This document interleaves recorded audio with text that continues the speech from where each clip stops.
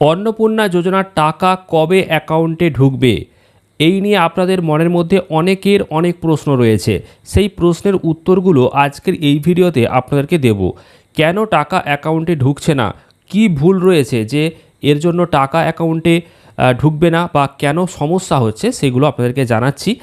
আর টাকা যদি আপনি পেতে চান তাহলে আপনাকে বর্তমানে কি করতে হবে সেটাও জানিয়ে দেব। তো অবশ্যই মনোযোগ সহকারে এই গুরুত্বপূর্ণ ভিডিওটা শেষ পর্যন্ত দেখুন, তাহলেই বুঝতে পারবেন। তার আগে ছোট্ট রিকোয়েস্ট, ভিডিওটিকে একটি লাইক করুন, চ্যানেলে যদি নতুন হন অবশ্যই চ্যানেলটিকে সাবস্ক্রাইব করুন, আর ফেসবুক থেকে দেখলে অবশ্যই ফেসবুক পেজটিকে ফলো করে রাখুন পরবর্তী আপডেটগুলো পাওয়ার জন্য। অন্নপূর্ণা যোজনার টাকা ধাপে ধাপে দেওয়া হয়েছে। জুন মাস জুলাই মাসে টাকা দেওয়া হয়েছে, আগস্ট মাসেও এই টাকা দেওয়ার কাজ চলবে। এবার অনেকেরই প্রশ্ন, কেন এখনও পর্যন্ত টাকা অ্যাকাউন্টে ঢুকছে না, কি ভুল রয়েছে, বা টাকা কতদিন অ্যাকাউন্টে ঢুকবে। তো সেই সম্পর্কে আপনাদেরকে জানিয়ে দিই।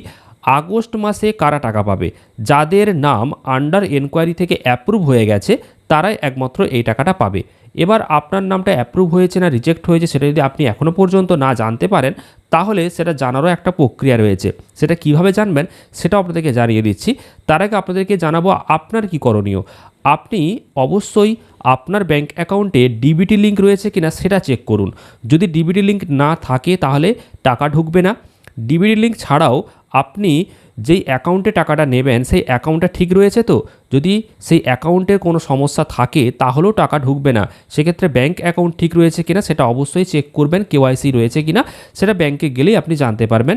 কিছু টাকা জমা করবেন বা কিছু টাকা তুলবেন, বা ব্যাঙ্কে গিয়ে যোগাযোগ করে আপনি জানাবেন যে আমার ব্যাঙ্ক অ্যাকাউন্ট ঠিক রয়েছে কিনা দেখে দিন, ওনারাই বলে দেবেন। তো এটা হচ্ছে আপনার করণীয়, আপনি এটুকু করতে পারেন।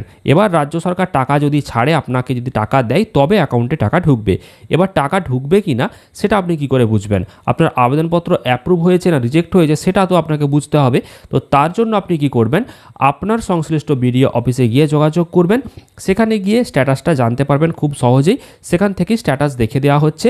এবং আপনি সঙ্গে করে অবশ্যই অনলাইনে আবেদন করার পর যে কপিটা আপনার কাছে রয়েছে, যেখানে অ্যাপ্লিকেশান আইডিটার নম্বর রয়েছে সেটা অবশ্যই সাথে করে নিয়ে যাবেন, আধার কার্ড সাথে করে নিয়ে যাবেন, ভোটার কার্ড সাথে করে নিয়ে যাবেন। সেখানে গিয়ে স্ট্যাটাসটা চেক করে আপনাকে জানিয়ে দেবে যে আপনার আবেদনপত্রটা কোন পর্যায়ে রয়েছে, মানে আপনি টাকা পাবেন নাকি পাবেন না। আর যদি নাম সেখানে বাতিল দেখায় তাহলে আপনার কি করণীয় সেটা ওনারা বলে দেবেন। তো এটা হচ্ছে আপনার করণীয়। এবার আগস্ট মাসে আশা করা যায় অনেকেই টাকা পাবে, যাদের আন্ডার এনকোয়ারি ছিল অনেকের নাম অ্যাপ্রুভ হয়ে গেছে। আবার একই রকমভাবে অনেকের নাম বাদও কিন্তু গেছে, যারা আগে টাকা পেয়েছে তাদেরও কিন্তু ভেরিফিকেশান হয়েছে। তাদের মধ্যে অনেকের নাম বাদও গেছে, তারা হয়তো কোনো শর্ত পূরণ করেনি, যেমন পরিবারে কেউ চাকরি করছে, কেউ পেনশন পাচ্ছে, বা কেউ ইনকাম ট্যাক্স দিচ্ছে। এই বিষয়গুলোর যারা রয়েছে, যারা আগে টাকা পেয়েছে তাদের টাকা বন্ধ হয়ে যাবে। তো এমনও মহিলা থাকবে। তবে আপনি যদি এতদিন পর্যন্ত কোনো টাকা না পেয়ে থাকেন এবং সমস্ত শর্ত আপনি পালন করেন তাহলে আশা করা যায় আপনি টাকা পাবেন। তবে হ্যাঁ, যদি আপনার আবেদনপত্রটা এখনও পর্যন্ত অ্যাপ্রুভ না হয় তাহলে কিন্তু টাকা আসবে না। এবার অ্যাপ্রুভ হয়েছে না রিজেক্ট হয়েছে না কোন পর্যায়ে রয়েছে সেটা জানার জন্য তো আপনাদেরকে বললাম বিডিও অফিসে গিয়ে যোগাযোগ করুন, তাছাড়া আর কোনো উপায় নেই। আর আপনার কি করণীয় সেটা আপনাদেরকে জানিয়ে দিলাম। আগস্ট মাসে কতদিন টাকা দেওয়া হবে তার কোনো শেষ তারিখও নেই।